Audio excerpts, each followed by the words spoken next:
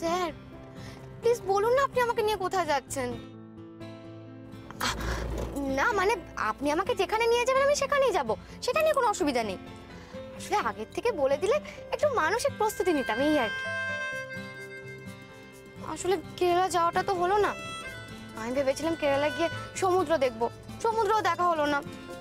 আরো কত কি ভেবেছিলাম, ভেবেছিলাম সমুদ্রের পাড়ে দাঁড়িয়ে দুজনে সূর্যোদয় দেখবো, সূর্যাস্ত দেখবো, একসঙ্গে ঝিনুক করাবো, বালির ক্যাসেল বানাবো, স্কুবা ডাইভ।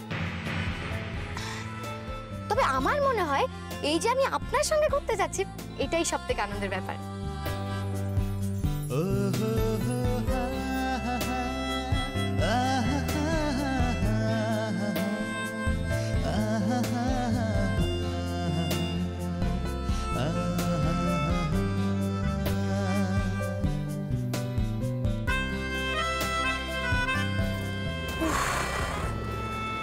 এতক্ষণ ধরে বক বক করতে করতে আমার গলা শুকিয়ে গেল, অথচ আপনার মুখ থেকে একটা কথাও বার করতে পারলাম না।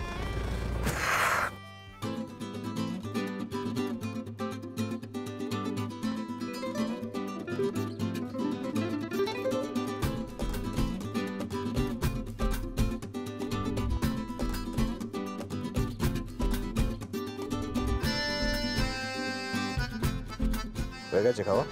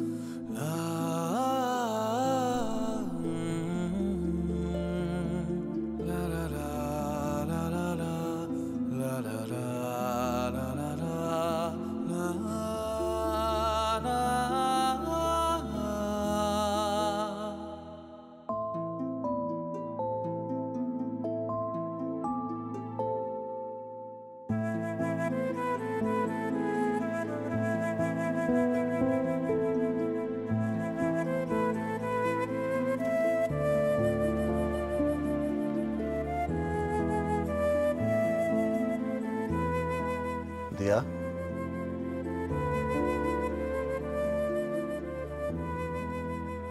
दिया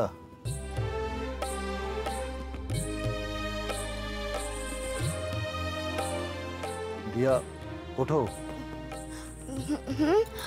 আমরা পৌঁছে গেছি। হ্যাঁ কোথায় এলাম? পাহাড় না সমুদ্রে?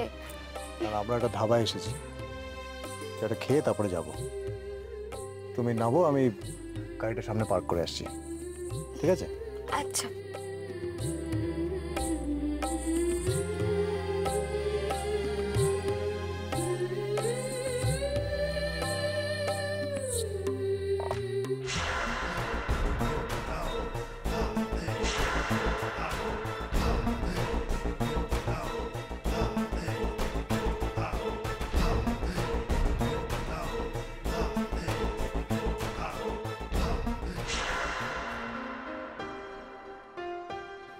এসো।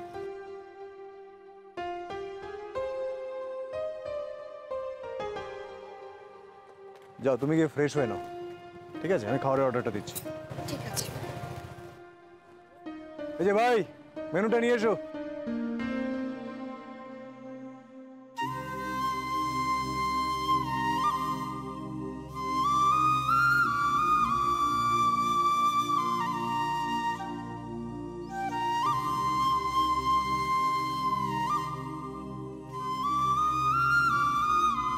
এই যে শুনছেন, এই যে রুমালটা দিন না, আমারটা গাড়িতে ফেলে এসেছি। হ্যাঁ হ্যাঁ,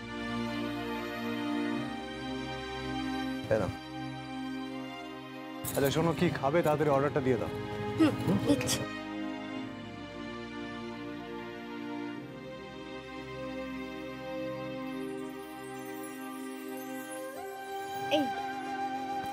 কি অর্ডার আছে বলো?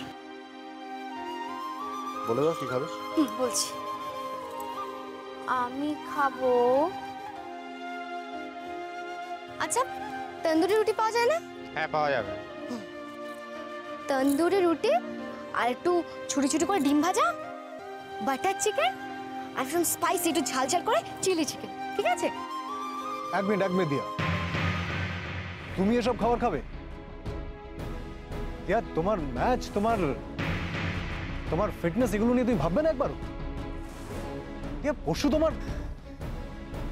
স্যার, আপনি হয়তো এখনো ঘোরের মধ্যে রয়েছেন। আপনি ভুলে গেছেন যে আমি এখন আর ব্যাডমিন্টন খেলি না।